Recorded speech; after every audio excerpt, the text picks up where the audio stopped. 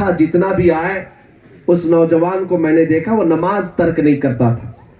ایک مرتبہ اتفاق کی بات ہے وہ امریکہ گیا, بزنس ڈیل کر رہا تھا اور ایک بہت بڑے بزنس مین کے ساتھ وہاں کے رہنے والے میٹنگ طے پائی. میٹنگ ہو رہی ہے, میٹنگ ہونے کے بعد کھانے کے لیے بیٹھے لوگ کھانا کھا رہے تھے تو ظاہر سی بات ہے کھانے کے وقت کچھ دانے نیچے گر جاتے ہیں ادھر ادھر. تو یہ ہمارا نوجوان وہ دانے اٹھا کر کے چوم رہا تھا اور کھا رہا. وہ سامنے والے کے لیے بہت عجیب سی بات ہے, زمین پر پڑی ہوئی چیز کیسے اٹھا کر کھائے, ہو سکتا ہے ان کے لیے عیب کی بات ہو. تو سامنے والے نے پوچھا کہ تو اتنی بڑی کمپنی چلاتا ہے دبئی میں, بڑے پیسے والا ہے, کروڑ پتی, تیرے پاس کیا کمی ہے؟ یہ زمین پر گر گیا ہوا دانا تو اٹھا رہا ہے, کھانے کی کوئی کمی تو نہیں ہے, یہ کیا چیز ہے؟ میں نہیں سمجھ سکا. تو اس نے کہا میری ماں نے بتایا, رسول پاک صلی اللہ تعالی علیہ وسلم نے, ہمارے نبی نے رزق کا ادب کرنا سکھایا. سبحان اللہ. میرے آقا صلی اللہ تعالی علیہ وسلم نے فرمایا روٹی کا ادب کرو, اس لیے کہ روٹی جس قوم سے روٹ گئی دوبارہ آئی نہیں. جس قوم سے روٹی روٹ گئی دوبارہ اس قوم میں نہیں آئی. اس نوجوان نے کہا میرے مصطفیٰ صلی اللہ علیہ وسلم نے رزق کا ادب کرنا سکھایا, اگر یہ زمین پر گر جائے تو اسے چوم لو, صاف کر کے کھا لو, کھانے جیسا نہیں ہے تو بلندی پر رکھ دو تاکہ پرندے کھا سکے. اس کے یہ دو چند جملے ہوں گے, کوئی بڑا عالم نہیں ہے, کوئی بڑا مبلغ نہیں ہے. میرے عزیزوں 25 رمضان کی بات ہے, 25 رمضان گزرے تھے, تب وہ نوجوان اس بڑے بزنس مین کو جو امریکہ کا تھا اس کو لے کر ہمارے پاس آیا اور کہا کہ یہ دبئی آنے کا اس کا کوئی پلان نہیں تھا, لیکن میں نے ایک دانہ اٹھا کر چوم لیا تو اس کو اسلام سے محبت ہو گئی. سبحان اللہ, سبحان اللہ. میرے مصطفیٰ صلی اللہ علیہ وسلم سے محبت ہو گئی. یہ وہاں سے چل کر آیا اور میں نے آپ کا تعارف کرایا تو آپ سے صرف اپنے ہمارے آقا صلی اللہ علیہ وسلم کے کچھ واقعات اور کچھ حدیثیں سننے کے لیے آیا. بزنس تو اپنی جگہ پر. میرے عزیزوں میں کہنا ہے چاہتا ہوں نبی پاک کے اخلاق میں اتنی تاثیر ہے کہ پوری دنیا کا دل جیت سکتے ہو, آج بھی دل جیت سکتے ہو. چند ایسے زہریلے لوگوں کو ہرگز نہ دیکھنا کہ وہ تمہاری داڑھی ٹوپی امامے کو اگر تانا مارتے ہیں تو یہ وہ لوگ ہیں جن کو پیشاب کرنے کا بھی سلیقہ نہیں. یہ وہ لوگ ہیں جن کے گھروں میں کوئی تمیز اور اخلاق نام کی چیز نہیں. انسان اگر کوئی ہے تو میرے مصطفیٰ کے اخلاق کی قدر کرنا جانتا. انسان اگر ہے تو نبی پاک صلی اللہ تعالی علیہ وسلم کے اخلاق و کردار کو عزت سے ہی دیکھے گا, عزت سے ہی دیکھے گا. باقی جس کے ذہن و دماغ میں گوبر بھرا ہو, زہر بھرا ہو, اس سے ہم کیا امید رکھیں, اس سے ہم کائے کی عزت کی امید رکھیں. ہم یہ میں بات بڑی ذمہ داری کے ساتھ کہہ رہا ہوں, جو صرف انسانیت پر بھی باقی ہے وہ میرے مصطفیٰ کے غلاموں کے ساتھ بدتمیزی ہرگز نہیں کرے, اسی لیے کہ وہ محبت کے ساتھ پیش آتا ہے, محبت کے ساتھ پیش آتا ہے. میں نے دیکھا ہے میرے عزیزوں, چند دنوں کی بات ہے, اور لوگ ہمارے لباس کو گھور گھور کر دیکھتے ہیں اور ایسا لگتا ہے جیسے ہم کوئی آسمانی مخلوق اتر آئے. بے شک ہوتا ہے ایئرپورٹ میں ہمارے ساتھ, ایئرپورٹ میں کبھی, سفر میں کبھی. خیر کوئی مسئلہ نہیں, ہمیں اس بات پر بھی فخر ہے کہ نبی کے غلام کو کوئی گور کے دیکھ تو رہا ہے, کوئی بات نہیں.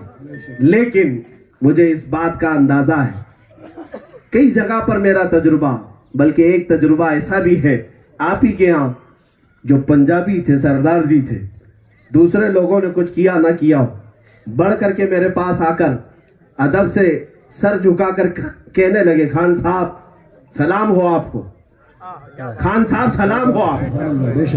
نہ ہماری کوئی جان پہچان ہے, کچھ نہیں ہے, لیکن میرے عزیزوں اس بندے نے ہمارے لباس کی عزت صرف اس لیے کی کہ وہ قدر جانتا ہے, قدر جانتا ہے. نبی پاک صلی اللہ تعالی علیہ وسلم کے غلاموں کی قدر جاننے والا انسان ہے, اور انسانیت بھول چکا ہو تو سوائے زہر اور نفرت کے کچھ نہیں. اور باقی پھر ان لوگوں سے ہم اتنی امید رکھیں گے, بچھو ہے ڈنک تو مارنا اس کی فطرت ہے, ڈنک مارنا اس کی فطرت ہے, اس سے محبت کے بوسے لینے کی امید ہرگز نہیں رکھ سکتے. خیر بات میں آپ کو اتنی کہنا چاہوں گا, آج بھی جو نبی پاک صلی اللہ تعالی علیہ وسلم کے اخلاق و کردار پر آ جائے اور حقیقت میں حضور کی محبت کو اپنا لے تو پھر تمہیں بڑے کچھ کارنامے کرنے کی ضرورت نہیں. تم کسی میدان سے گزر بھی جاؤ تو مولا تمہاری خوشبوئیں سب کے دلوں میں بکھیر دیتا. میں نے حضور مفتی اعظم ہند رضی اللہ تعالیٰ شہزادہ اعلیٰ حضرت کے بارے میں پڑھا بھی ہے، سنا بھی ہے. اعلیٰ حضرت کے شہزادے حضور مفتی اعظم ہند تقریریں کم کرتے تھے. تقریریں آپ کی نہیں ہے بہت لمبی، بلکہ آپ جس جلسے میں جاتے ہزاروں کا مجمع صرف دیدار کے لیے آتا، ہزاروں کا مجمع، اور آپ منبر پر بیٹھے ہوئے ہوتے. تقریر تو کوئی اور کر رہا ہوتا، نعت کوئی اور پڑھ رہا ہوتا، مفتی اعظم ہند سٹیج پر منبر پر بیٹھے ہوتے، 1 گھنٹہ بیٹھے ہوتے، ہزاروں لوگ اپنے گناہوں سے خود ہی توبہ کر رہے ہوتے، اور صرف چہرہ دیکھ کر توبہ کر رہے ہوتے. کئی لوگ رو رہے ہوتے. میرے عزیزو یہ کون سی دولت ہے؟ میں نے دیکھا اس شہزادہ اعلیٰ حضرت نے تبلیغ بھی نہیں کی یا تقریر بھی نہیں کی، صرف ان کا بیٹھ جانا لوگوں کے دلوں پر اتنا اثر کیوں کر رہا ہے؟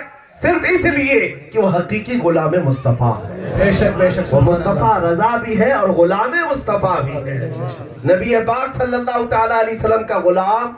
اور میں نے ان کے خلیفہ سے یہ بھی سنا، چھتیس گڑھ کا علاقہ، جنگلوں میں جو آدی واسی لوگ رہتے ہیں، آدی واسی لوگ جو جنگلوں میں ہی پوری زندگی گزار جاتے ہیں، مفتی اعظم ہند کبھی اپنی گاڑی سے جنگلوں کے بیچ سے گزر رہے ہوتے، دن کا وقت ہو کہ رات کا وقت ہو، لیکن اس راستے پر یہ آدی واسی لوگ استقبال کے لیے پہلے سے کھڑے ہوتے تھے.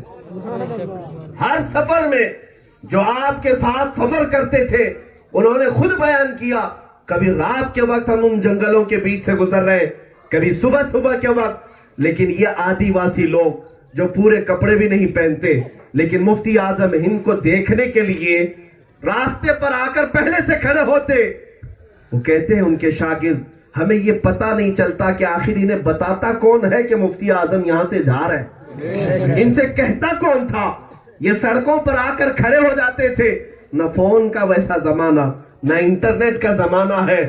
میرے عزیزوں پھر بات یہی پتہ چلتی ہے کہ جو نبی کا ہو جاتا ہے مولا اس کی محبت ہر گلی کوچے میں بسا دیتا ہے. سبحان اللہ، ہر مخلوق کے دل میں اللہ تعالیٰ اس کی محبت بسا دیتا ہے.